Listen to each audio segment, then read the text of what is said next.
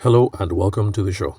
Now that we are done with yesterday's detour, we're going to go back to educational ideas for beauty and skincare entrepreneurs on Instagram, podcast, and YouTube.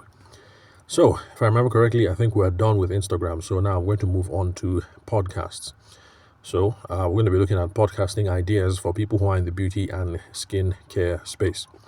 Now, remember, the purpose of this podcast is to talk about business at large, depending, regardless of whatever business endeavor that you are involved in. So, if you're an architect or you want to open a poultry or you're a carpenter or whatever it is that you do, you have a software app that you're trying to start, just look for ways for which these ideas relate to your business and then do accordingly. The only reason why I'm talking about beauty and skincare entrepreneurs in this narrative arc on the podcast so far is just because I don't want to talk about things in theory. I'm trying to look for something very practical, and for some reason, this was just the business that just came to mind. Maybe it's because early on in the year, when I was engaged in the live session, these were the class of entrepreneurs who engaged with me the most on different things. So that's the reason why I'm using that as a case study today and for the next couple of episodes to come. So, podcasts for beauty and skincare entrepreneurs. Now, the first question that we should ask is, can skincare entrepreneurs do podcasts? It's a valid question to ask because there are some people who say, yeah, you can make a podcast about this kind of business or about that kind of business, but it's not going to work in my own kind of business. Now, with the level of knowledge that we know for now, and with the level of knowledge that we have now, and with the level of practice that seems to be going on world over right now, it looks like people who are involved in any kind of industry can start up a podcast. Now, there are questions around whether you should do an audio podcast versus a video podcast. There are some people who are going to say automatically that since podcasts are mostly about hearing, because most of the podcasts are audio, then doing an audio podcast for a skincare brand is going to be a bad idea because people need to see the perceived benefits of makeup and skincare routines. So if that is your thinking, that people need to see the benefits, then you can just have a video podcast instead, and then there is no problem. In fact, people have video podcasts and repurpose them to YouTube, and then for people like me who primarily listen to audio, we're only going to be listening to the audio feed anyway on the app or on YouTube or wherever it is that you put your content. So at the end of the day, there's no difference. So just decide. Do you want an audio? Start with audio and then see where it goes. If you want a video podcast, start with video podcast and then see where it goes. Remember, when it comes to sales and business development, because everything we discuss here on this podcast is from a sales and business development perspective. So when it comes to sales and business development, we start off some ideas, not because we know that it's going to work for sure, but because we are trying to validate, get case studies, get feedback about which is the most appropriate action to take versus the least appropriate action to take.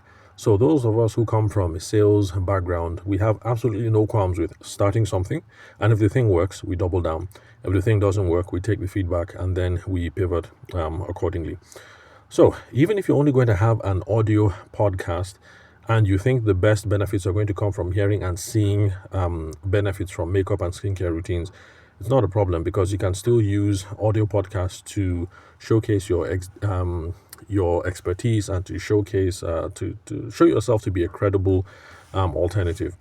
Now, if you're not convinced, no problem. We have just started this series on podcasts for skincare entrepreneurs. So as we go on, I'm sure you're going to be able to see ideas that are workable, and hopefully we'll be able to convince you so that if you're on the fence, whether you should do a podcast or not, or whether you should do an audio podcast or a video podcast, you're going to see some ideas in the next couple of episodes that will help convince you to take a stand one way or another, or to execute on the things one way or another. Now, what would skincare entrepreneurs need to start a podcast, assuming that you've decided it's a good idea to start one? Now, that depends on whether you're going to do audio or video. So that is going to be the next episode yeah, I think let's just move that to the next episode. So we're going to go into much more details on what you would need to start a podcast, because whether you're looking at software or equipment, it could be quite a list. So we'll do that in the next episode. Now, another question that I get: can you host your audio and video for free? Because people who are thinking of getting into podcasting, some people are looking for fully paid up experiences where they can outsource as much as possible. There are other people who want to get into the podcasting game by spending as least as possible, and the answer is yes. Now, in my experience, I started off my podcast on Anchor. Anchor was eventually purchased by Spotify, so I think now it's called Podcasters by Spotify in the app. So if you're checking your iTunes or you're checking your Google Play, and you're looking for the app to download so you can start for free, then you should be looking for Podcasters by Spotify. I don't know if you look for Anchor, if you know if the Spotify one will come up as well. So yes, you can start for free without having to pay for hosting. Now, for those of you who are newbies, hosting just means storing your content online, because all the content that you put up online has to be stored on a particular server, whether you own the server or someone else owns the server. So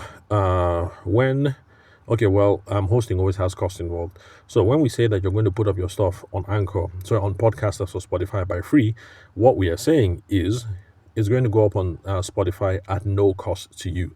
So Spotify are the ones who are paying for the hosting cost and the data maintenance cost and all of that. But you, no cost to you.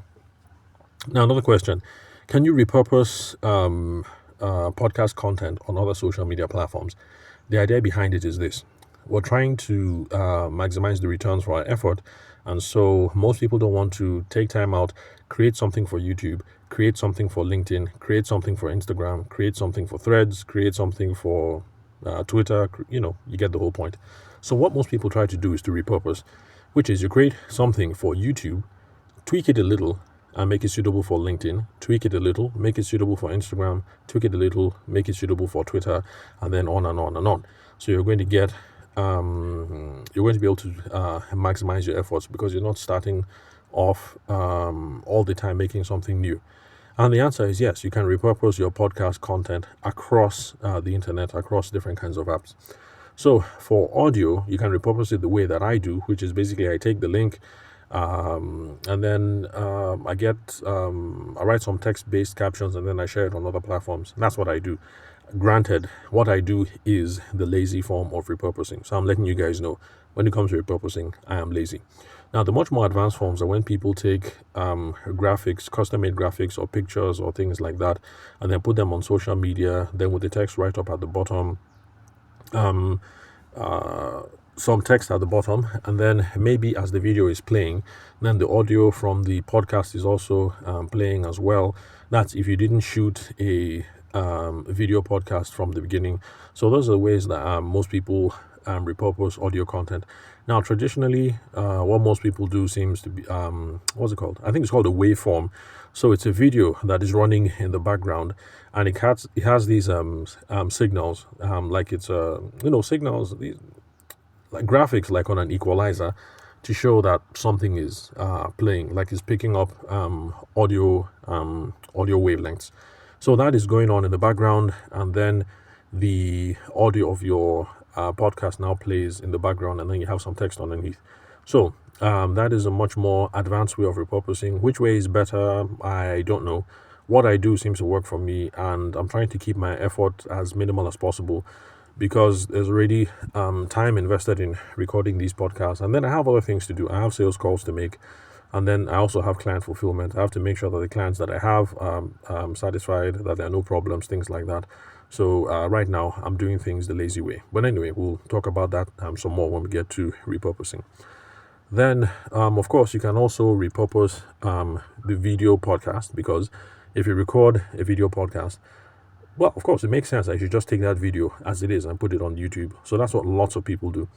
There's this popular Nigerian podcast, and these two ladies, I can't remember their names, but it's the I Said What I Said podcast. So they record a video podcast, and then they put the video on YouTube. So it's the same thing with The Honest Bunch, and it's also the same thing with what are these people called? There's this podcast that is a Nigerian podcast that is on tech, on Africa Tech, Nigeria Tech. I can't remember, but you get the point. So gossip podcasts, they do it. Tech-based podcasts do it. Financial-based podcasts do it. Religious podcasts, philosophical podcasts, they all do it. And so you can do it too. Record the video podcast, take the video, put it on YouTube. Take snippets of the video, put it on LinkedIn. Take snippets of the video, put it on Instagram. Cut a couple of seconds of the video, put it on Threads. You get the point. You can repurpose on and on and on. Now, should skincare entrepreneurs start a podcast? That is the big question. And the answer is it depends. If you're looking for an immediate income, or immediate outcomes, then the answer is no. Because I have been stressing time and time again that when it comes to content marketing, especially long-form content marketing like podcasts, you are not going to get a short-term result. Most likely, you won't get a short-term result. So don't expect that you're going to start a podcast in December of 2023 and you're going to start making money in February of 2024. It is not likely. So if your business goal is you're looking for something that is going to bring you immediate sales now as a skincare entrepreneur, then no, do not start a podcast. But if your focus is you want long-term influence, you want long-term credibility, you want to build some sort of a community, and you hope that over time you're going to be able to find ways to monetize that, or you're going to be able to parlay the influence and the credibility into other money-making ventures, then no problem. Yes, you should have a podcast because you're looking at long-term influence, credibility, community building. Because long-term content marketing, especially podcasts, you're going to have to do this thing from medium to long term. So we're thinking 6 months, we're thinking 1 year at the very least before you start seeing any sizable results. And let you guys know from a first-hand basis, not just because I started a podcast, but because also I've had to walk other people through starting podcasts as well. In the beginning, relatively no one is listening to your podcast. Let me say that again. Relatively no one is listening to your podcasts, which is why I confidently repurpose my podcasts as many times as possible because, relatively speaking, nobody is listening. Sometimes I'm going through what's it called? When you look through your playlist and then you see the podcast and you see the number of listens. Well, I'm ashamed to admit, but it's the truth. There are some of my podcasts that only 4 people have listened to it. Let me say that again. Yes, only 4 people have listened to some episodes of my podcast. And that's the reality. In the beginning, nobody is listening. So eventually, after some time, you get loads and loads of listens. Right now, I am close to 10,000 listens. And that's 10,000 overall. And that's some of my episodes I've only received 4. So that's just the truth. So, where was I? I lost track. I went on a long rant and then I lost track of what I was trying to say. Okay, yes. Anyway, I was just trying to say whether you should start a podcast. It depends on what your goal is. So if you're looking for short-term results, then no, don't do a podcast. If you're thinking long-term, then yes, do the podcast. And of course, the other caveat, remember now, the other caveat is promotion and distribution are key. So it's not just recording this thing that's important. We also have to come up with ways to promote and publicize the thing. So, next episode, we're going to look at things that skincare professionals would need to do, the steps they need to take or the things that they need to buy to start an audio podcast or to start a video podcast. Because currently I'm talking to someone who has so far spent about 2.3 million on getting equipment. That's how much, well, if he had spoken to me beforehand, I would have told him like, bro, you don't need to spend that much to begin. But anyway, it's been done. He has already spent all that money to start his own podcast. But you don't need to spend 2.3 million to start a podcast. Summary. So the next episode, we're going to look at things that if you're in the beauty and skincare space, things that you will need to start an audio podcast and then to start a video podcast. So that's all for today. Thanks for your time and attention. Remember to connect with me on WhatsApp or Telegram or call me or SMS. The number is 080-6466-2140. The country code is +234 for those of you who are going to be hitting me up from outside the shores of Nigeria. Also, connect with me on LinkedIn. My name is Tavishima Ayede. I'm the host of the show. and the correct spelling of my name and my email address. You can find that currently where you're listening to this episode. If you're listening over the web, it's on the website where you're listening. My handsome face is there, the spelling of my name is there, and what else? My email address is there. Maybe you might even see my phone number. Then, if you're listening to me on the podcast app, the email address is definitely there, and the correct spelling of my name is definitely there. So you can look for me on LinkedIn, where I spend most of my time, or other socials. So thanks for your time and attention. I'll catch you guys at the next episode.